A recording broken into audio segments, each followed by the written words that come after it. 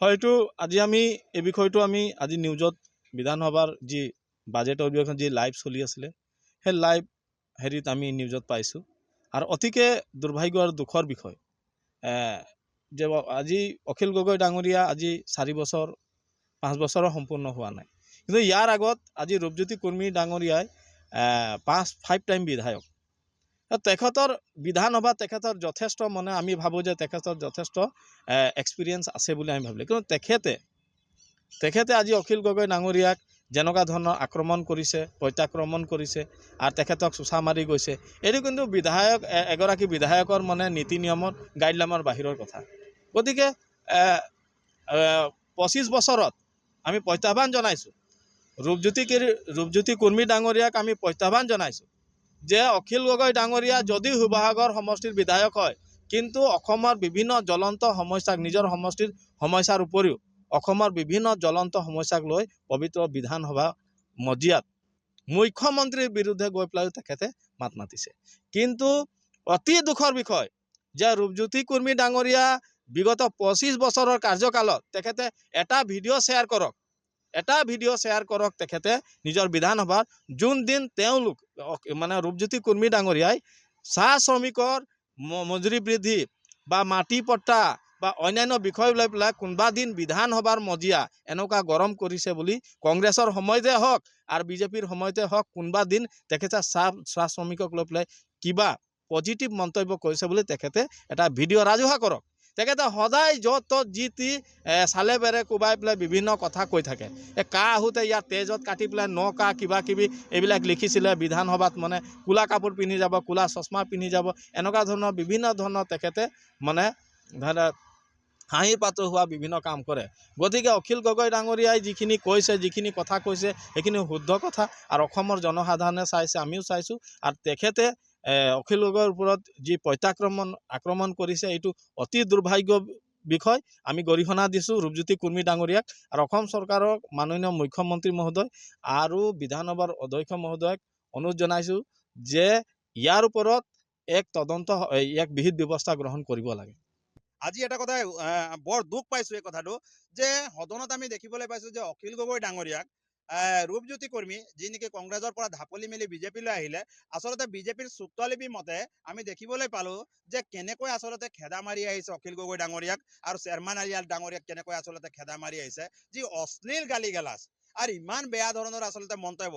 যদি সেই কামটো যদি অখিল গগৈ কৰাহেঁতেন, অখিল গগৈক কিন্তু এতিয়া মাৰ্চেল লগাই মেলি পেলাই বাহিৰ উলিয়াই দিলে হয়, এতিয়াই উলিয়াই দিলে হয় অখিল গগৈ ডাঙৰীয়াই। অখিল গগৈ ডাঙৰীয়াই 500 টকা মজুৰি দিব লাগে বুলি পেলাই ক'লে, সেইদিনাখনো তেওঁ ওলোটা এটা মন্তব্য দেখিবলৈ পালোঁ মুখ্যমন্ত্ৰী মহোদয়।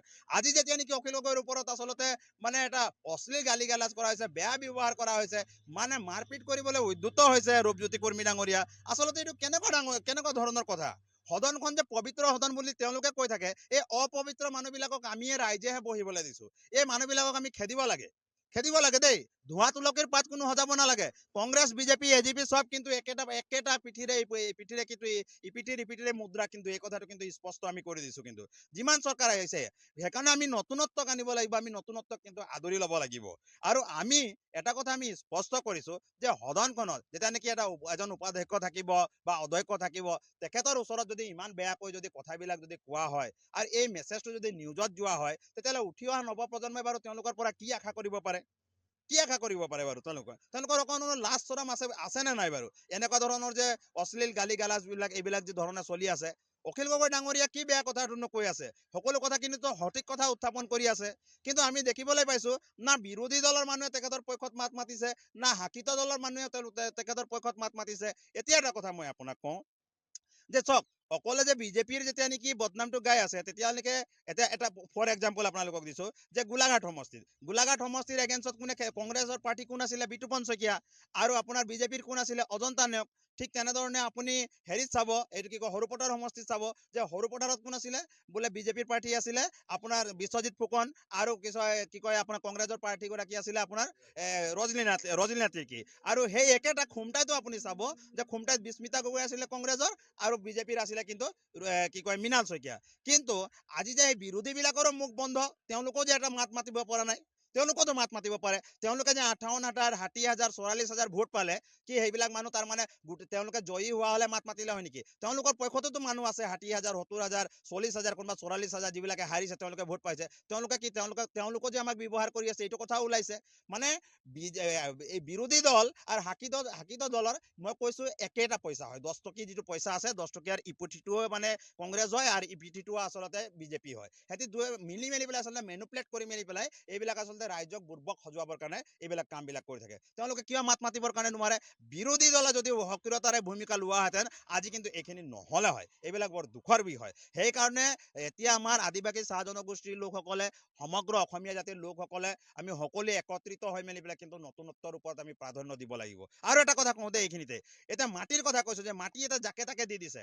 এই পৱন সিং ঘাটোৱাৰে ACMSৰ যিটো নেকি আপোনাৰ কি কয় সভাপতি, তেখেতে কি কৰিলে, তৰুণ গগৈ ডাঙৰীয়া থাকোঁতে কি ক'লে বোলে চাহ শ্ৰমিকক মাটি দি দিলে বোলে তেওঁলোকে মাটি বাগান বোলে বিক্ৰী কৰি মেলি পেলাই শেষ কৰি দিব বুলি পেলাই ক'লে। চাব দেই কেনেকুৱা ধৰণৰ কথা, তেখেতে সেই কথাটো ক'লে নহয়।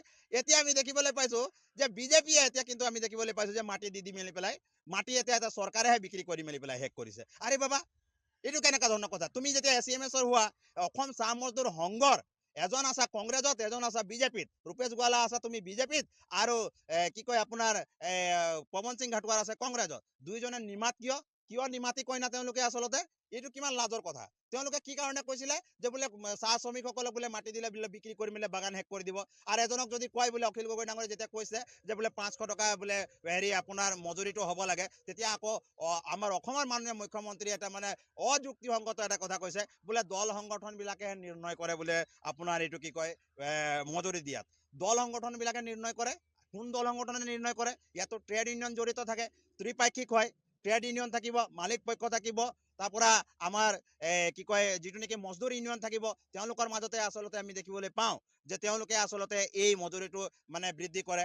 সেই 2016-17 চনতে আমি দেখিবলৈ পালো যে সেই সময়তে যি নেকি আপোনাৰ নেকি এটা ৱেজ এডভাইজাৰী বৰ্ড বনালে, সেই ৱেজ এডভাইজাৰী বৰ্ড কিন্তু এতিয়ালৈকে কিন্তু চূড়ান্ত ৰূপ দিব নোৱাৰিলে। আৰু কেতিয়াবা ইণ্টাৰিম হিচাপত 38 টকা, 30 টকা, 40 টকা এনেকুৱাকৈ বঢ়াই মেলি পেলাই থৈছে। আজিলৈকে মজুৰিটো কিন্তু তেওঁলোকে বৃদ্ধি কৰিব নোৱাৰিলে। সেই সময়ত দেখোন পল্লৱ লোচনে যেতিয়া নেকি পুৰা ইনকলাব জিন্দাবাদ কৈ আছিলে, আমাক বোলে মাটিৰ পট্টা লাগিব, আমাক জনজাতিকৰণ লাগিব, সিয়ে দেখোন নিজে কৈছিলে পল্লৱ লোচনে যে বোলে 351.33 টকা দিম বুলি মেলি কৈছিলে। এতিয়া তেখেত যে 1000 কোটি টকাৰ মালিক, আৰু এতিয়া কিয় নিমাত থাকে? এতিয়া কিয় এটা ভিজা মেকুৰীটোৰ গতে থাকে, মাত মাতিব নোৱাৰে? তাৰ মানে কি?